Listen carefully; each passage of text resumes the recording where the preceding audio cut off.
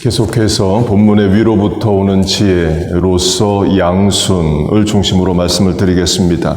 이 양순으로 번역된 헬라어는 좋게라는 부사와 순종하다라는 동사가 합쳐진 단어입니다. 그래서 GWT 영어 성경은 양순을 obedient, 순종하는으로 번역을 합니다.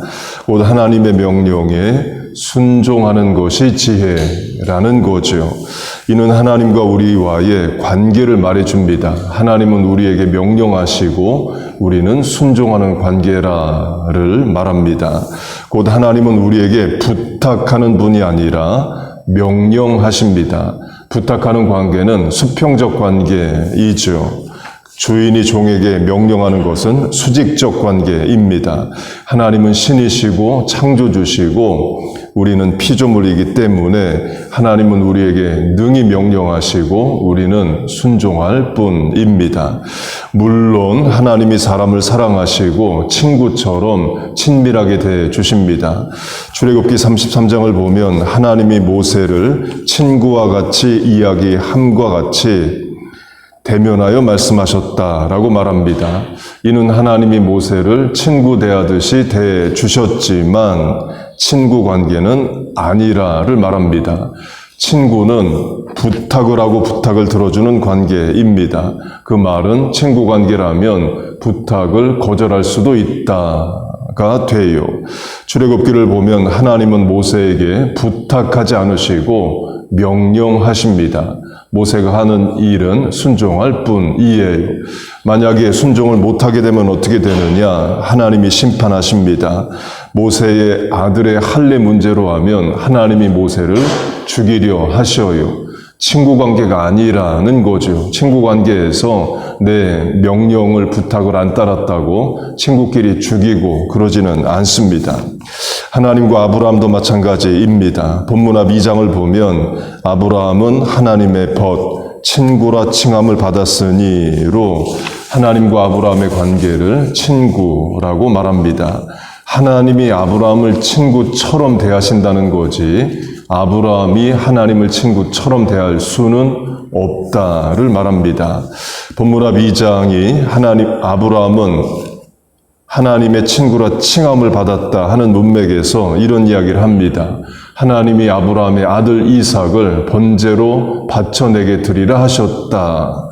친구 관계에서 너의 아들을 죽여 내게 바치라 그러지는 않습니다. 창세기 22장을 보면 하나님이 아브라함에게 아들 이삭을 번제로 바치라 명령하십니다. 부탁하신 게 아니에요. 부탁이라면 아브라함이 거절할 수 있습니다. 하나님은 명령하십니다. 아브라함은 그 명령에 순종하셔요. 하나님이 아브라함을 친구처럼 대하신다고 해서 아브라함도 하나님을 친구처럼 대할 수는 없는 거예요. 하나님과 우리의 관계도 마찬가지입니다. 명령하시고 순종하는 관계입니다. 그런데 하나님은 우리를 친구처럼 친밀하게 대해주신다는 겁니다. 종이 노예 주인을 두려워서 하는 순종이 아니라 친밀한 관계에서 좋은 순종을 우리는 하나님께 드린다는 거예요. 그게 본문의 양순의 문자적 의미입니다. 순종하되 좋게 순종하다를 말해요. 이는 인간관계에서도 마찬가지입니다. 주인이 있고 종이 있어요. 주인이 종을 아끼고 사랑합니다. 어느 정도로 아끼느냐? 상속자로 여길 만큼 아껴요. 좋은 관계인 거죠. 주인이 내게 그렇게 대해준다면 그 종은 주인을 향해 좋은 순종, 양순을 행하게 됩니다. 아브라함과 아브라함의 종 엘리에셀이 그의 입니다. 창세기 15장을 보면 아브라함이 종 엘리에셀을 상속자라고 부릅니다.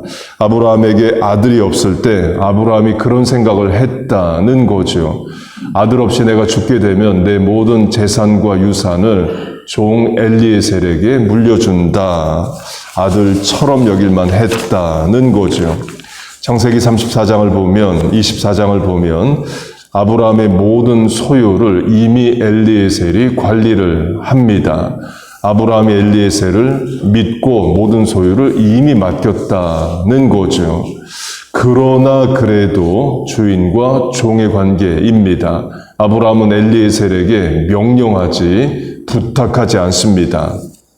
아브라함이 엘리에셀에게 이삭의 부인을 찾아오라는 명령을 합니다. 아브라함의 친척들이 살고 있는 고향 메소포타미아에 가서 이삭의 부인감 여자를 찾아오라고 명해요.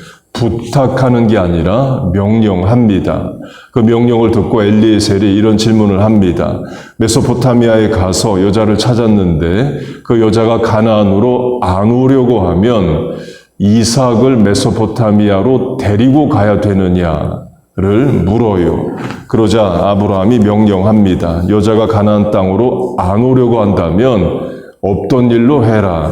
오직 내 아들을 데리고 그리로 가지 말지니라로 분명한 명령을 내립니다. 엘리에셀은 그 명령을 따를 뿐이에요. 본문으로 하면 양순, 좋게 순종합니다. 하나님과 우리와의 관계도 마찬가지입니다. 하나님이 우리를 사랑하시고 자녀처럼 대해주십니다. 천국을 유업으로 주시는 상속자로 우리를 여겨주셔요. 아버지와 자녀처럼 친밀하게 대해주십니다. 그래도 하나님은 우리에게 명령하시는 위치입니다. 우리는 그 명령을 좋게 순종해야 됩니다. 확대 적용하면 성경에서 가장 많이 나오는 하나님의 명령은 뭘까요? 하나님을 사랑하라, 서로 사랑하라, 전도하라, 우상 숭배하지 마라 일 것 같지만 가장 많이 나오는 하나님의 명령은 두려워하지 말라입니다. 365번 나옵니다. 전술한 모세도 마찬가지입니다. 민수기 21장을 보면 하나님이 모세에게 명령하시고 두려워하지 말라는 명령도 하십니다. 그 말은 하나님이 하신 명령을 순종할 때에 두려운 일들이 있다는 거죠. 모세가 받은 명령은 출애굽과 광야 40년 인도입니다. 출애굽으로 하면 이집트 왕을 상대해야 됩니다. 개인이 왕을 상대하는 일은 두려운 일입니다. 아브라함으로 하면 아브라함이 이집트로 내려가면서 이집트 왕을 두려워합니다. 부인을 뺏어가고 자기를 죽일 것을 걱정해요.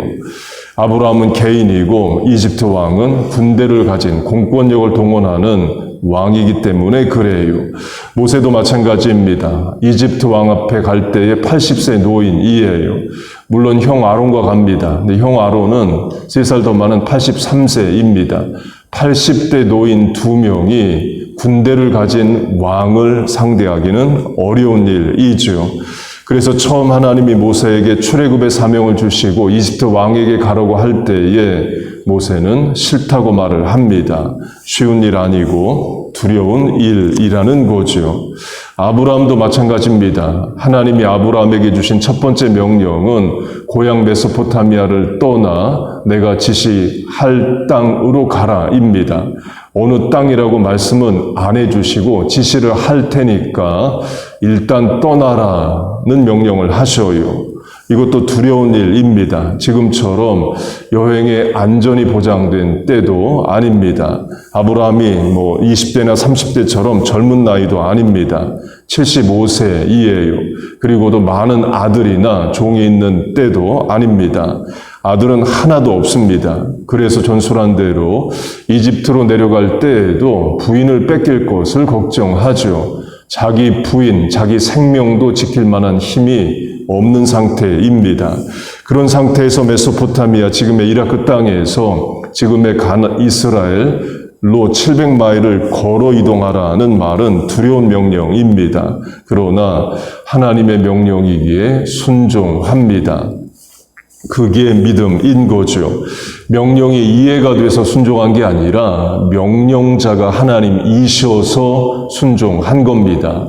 아들을 번제로 바치라도 그게 이해가 되는 명령이어서가 아니라 명령하신 분이 하나님이셔서 순종합니다.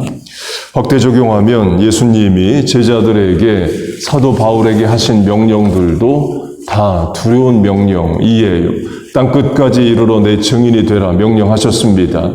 그 명령에 순종한 사도 바울이 겪는 일은 매를 맞고 감옥에 갇히고 목이 잘려 죽는 일이에요.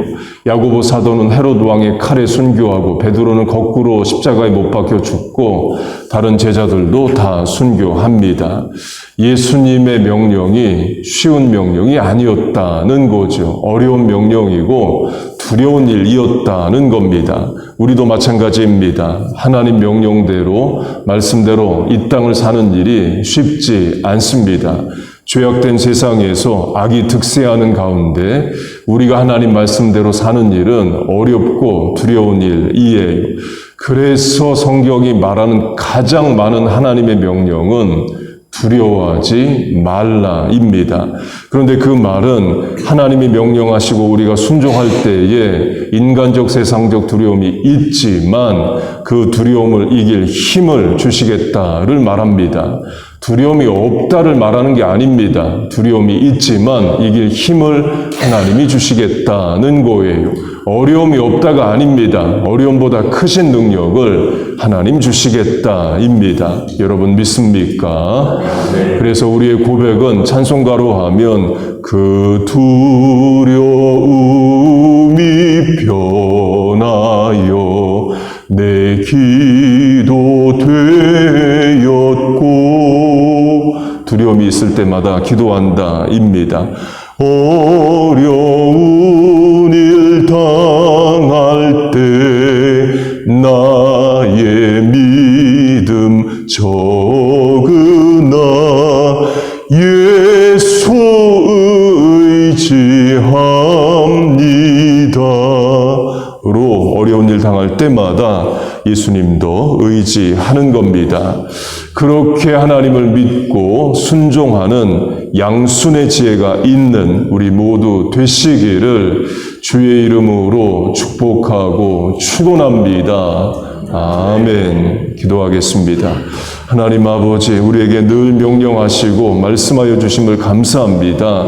구체적으로 이렇게 살라 명하셨사오니 하나님 순종하겠습니다. 그럴 때 감당할 은혜와 능력을 도하여 주옵소서. 때론 어렵고 두렵지만 말씀에 순종하오니 우리와 동행하시고 능히 이길 능력을 도하여 주옵소서. 그래서 간증 하나님 체험들 쌓이게 하시고 살아계신 하나님의 능력을 내 삶으로 증거하게 하여 주옵소서. 오늘도 하늘의 지혜를 구합니다. 양순을 실천합니다. 말씀에 순종하여 살아갑니다. 그런 새벽 성도의 삶에 은혜와 복을 내려 주옵소서. 이 시간 입술을 열어 간구하는 기도에 응답하여 주옵소서. 예수님의 이름으로 기도하옵나이다. 아멘.